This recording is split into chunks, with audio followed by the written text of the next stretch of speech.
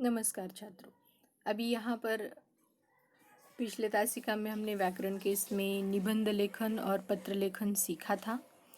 अब यहाँ पर उससे आधारित आगे के जो है पद्य लेखन अपठित विभाग, जो पद्य कोई भी आपको एक परिच्छेद दिया जाता है, उस परिच्छेद के आधारित वह आपको प्रश्न के लिए पूछा जा सकता है। परीक्षा के अंदर आपको इस पर आधारित प्रश्न पूछा जा सकता है और इस प्रश्न का उत्तर आपको वहीं पर पढ़कर माना अनसीन पैसेज पर आधारित जो आपको प्रश्न पूछे जाते हैं उस अनसीन पैसेज को उधर पढ़कर उस पर आधारित प्रश्नों के उत्तर आपको वहाँ छुड़ाने होते हैं।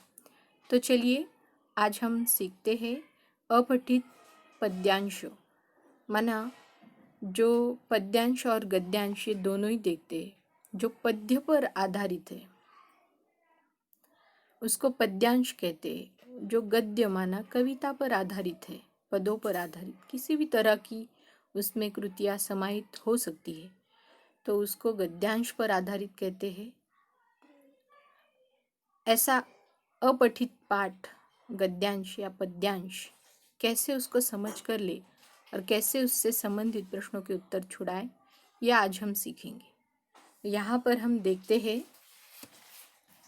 आपके पाठ्य पुस्तक क्रमांक में यहाँ 32 पेज नंबर पर 32 पान क्रमांक के ऊपर आपको एक अपठित पद्यांश दिया गया है।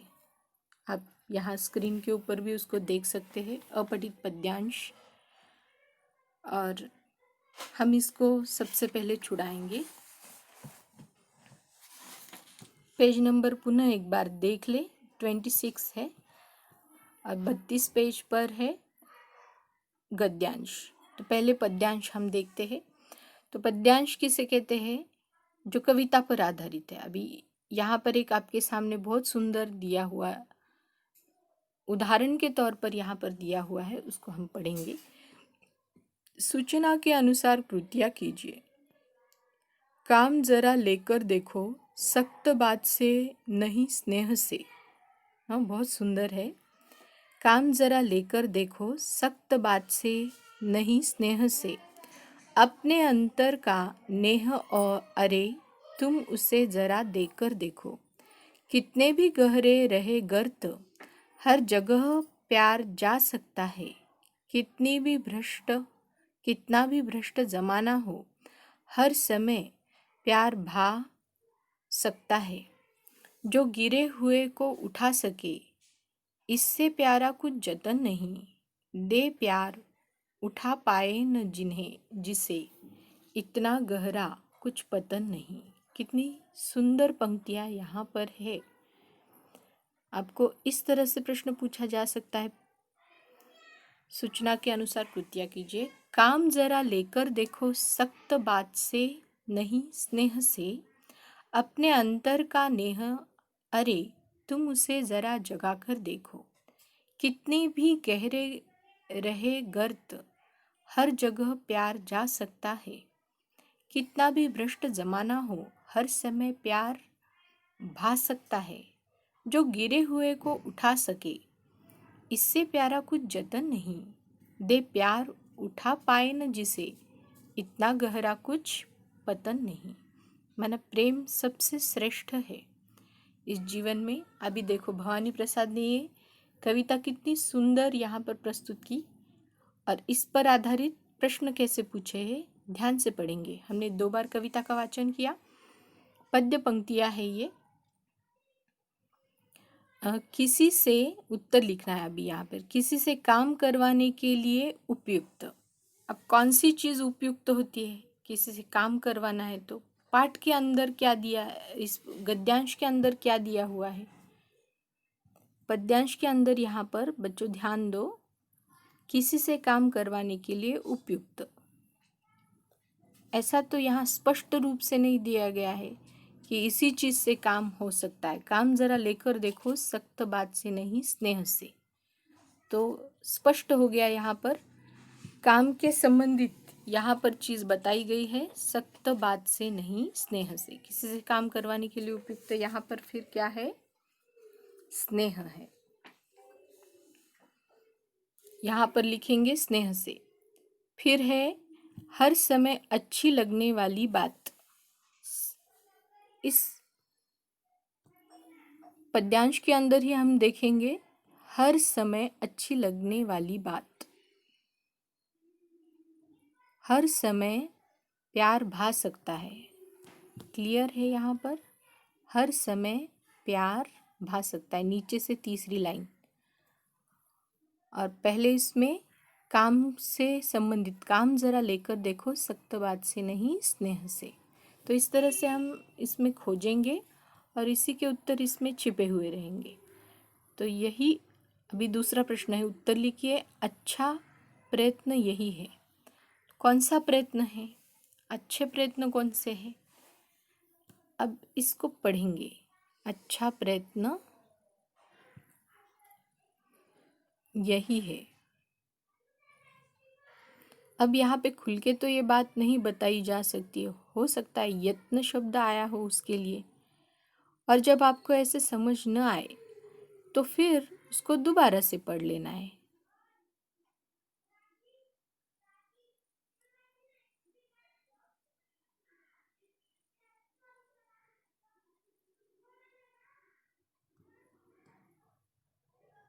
अच्छा प्रयत्न यही है।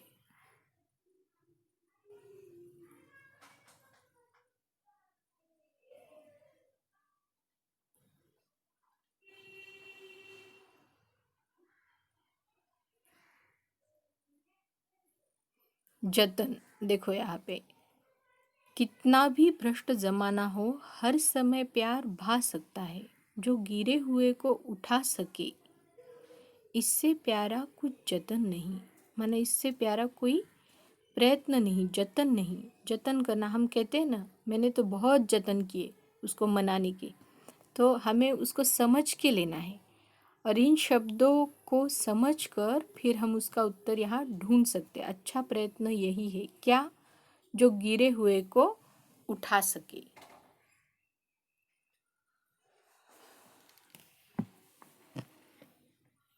फिर है यही अधोगति है। अधोगति क्या है?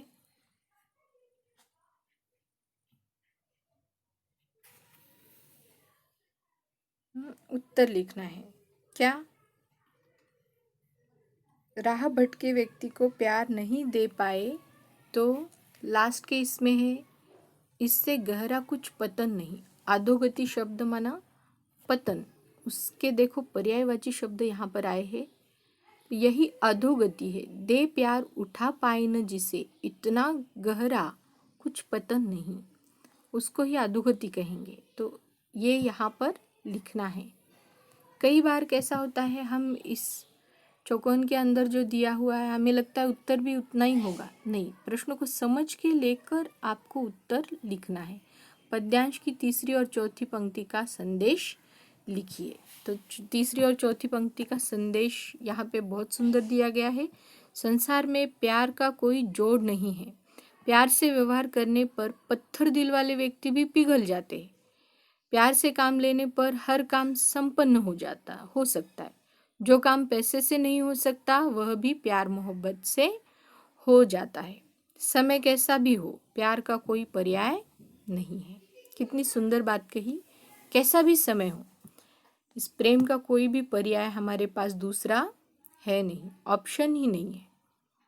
जो बात सहजता से सरलता से हो सकती है, यह इस वाक्य के अंदर बताया गया है। हर परिस्थिति में प्यार से काम पूरा किया जा सकता है। हर परिस्थिति में किया जा सकता है।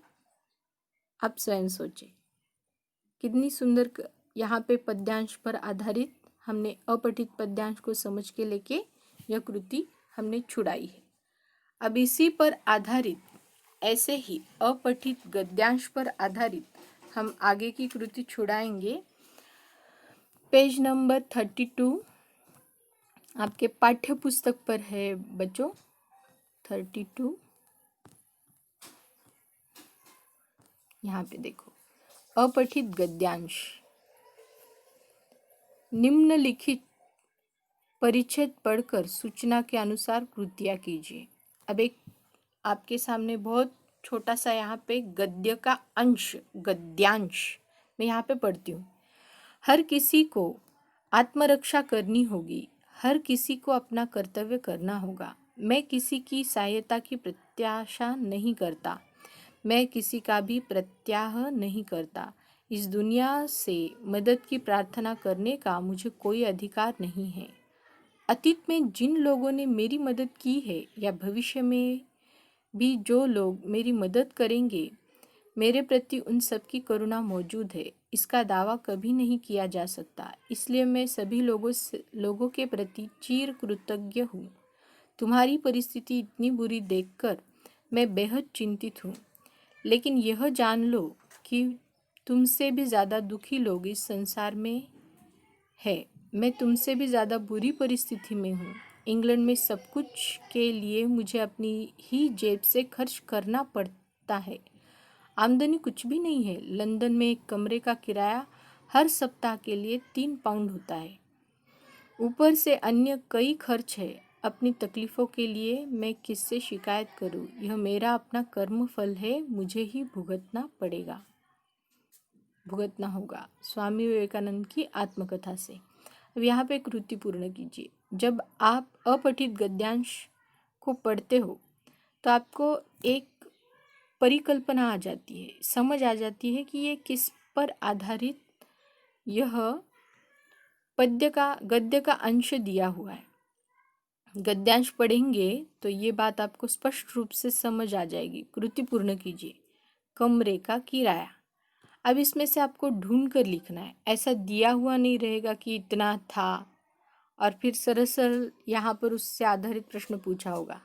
नहीं, कमरे का किराया सप्ताह के लिए कमरे का किराया 3 पाउंड होता है। लंदन में एक कमरे का किराया सप्ताह के लिए 3 पाउंड होता है। तो यहाँ पे तो एक ही दिया है। अब इन दोनों को कैसे हम समझ के लिए, उस पर आधारित 2 दिए हुए हैं उत्तर, उसको कैसे समझ कर ले।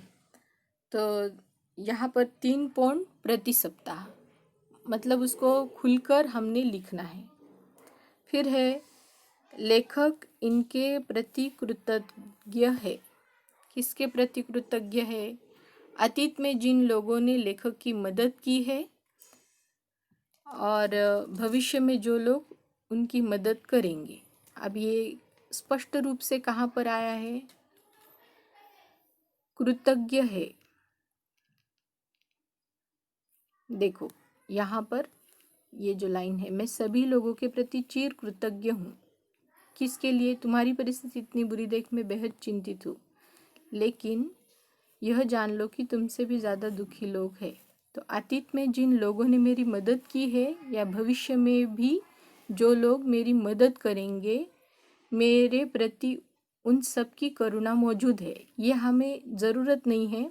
तीसरी लाइन में देखिए, तीसरी लाइन के अंदर ये सब चीज़ें बताई गई है और आगे दूसरी और बातें बताई गई है। जैसे मेरे प्रति उन सब की करुणा मौजूद है, इसका दावा कभी नहीं किया जा सकता, इसलिए मैं सभी लोगों के प्रति चिर कृतज्ञ हूँ।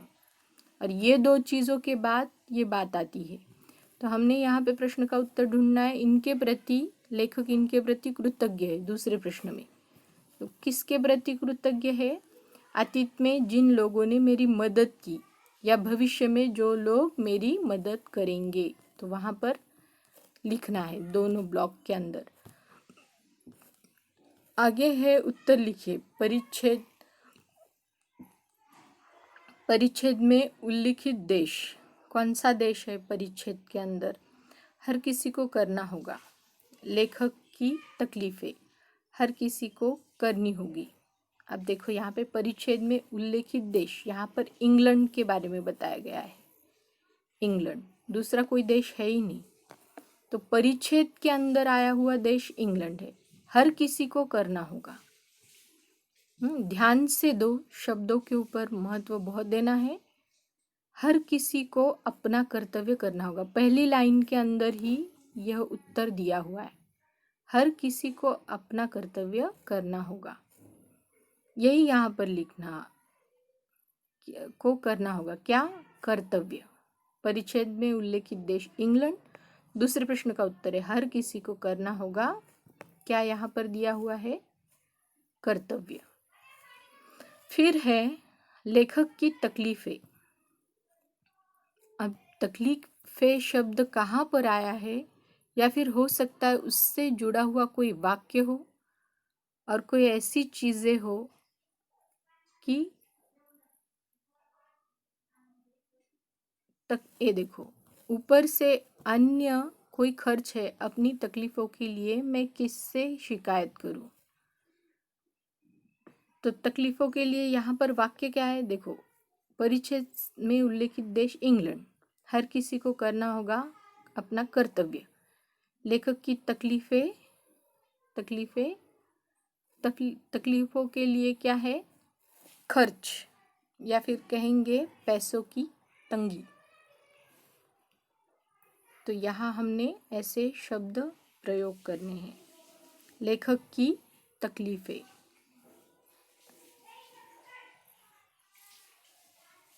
ना उसको क्या है, ऊपर से अन्य कई खर्च है, इस वाक्य के अंदर क्या है, पैसों की तंगी छिपी हुई है। तो हम स्वयं से इसमें लिख सकते हैं, अन्य कई खर्च माना क्या, पैसों की उनको तंगी थी, हर किसी को करनी होगी, क्या करनी होगी, यहाँ पर स्पष्ट रीति से बताया गया है, हर किसी को आत्मरक्षा करनी होगी, पहले ही वाक्य में है, जैसे ही पैराग्राफ शुरू होता है उसमें दिया गया है हर किसी को आत्मरक्षा करनी होगी। अब देखिए, निर्देशानुसार हल कीजिए, निम्नलिखित अर्थ से मेल खाने वाला शब्द उपर्युक्त परिच्छेद से ढूंढ कर लिखिए। स्वयं की रक्षा करना, क्या कहेंगे स्वयं की रक्षा के लिए, आत्मरक्षा, मेरी स्वयं की रक्षा। मेल खाने वाला शब्द, पूरे वाक्य, पूरे शब्द है ना, उससे संबंधित। दूसरों के उपकारों को मानने वाला, क्या कहेंगे उसको, कृतज्ञ, मैं सभी लोगों के प्रति चिर कृतज्ञ हूँ। कृतज्ञ, कृतज्ञ, ये शब्द यहाँ पर आया है, देखो, कृतज्ञ यहाँ पे कहेंगे, कृतज्ञ नहीं कहेंगे। फिर है कृतज्ञ, फिर है लिंग पहचान कर लिखिए। लिंग पहचान के क्या लिखना है,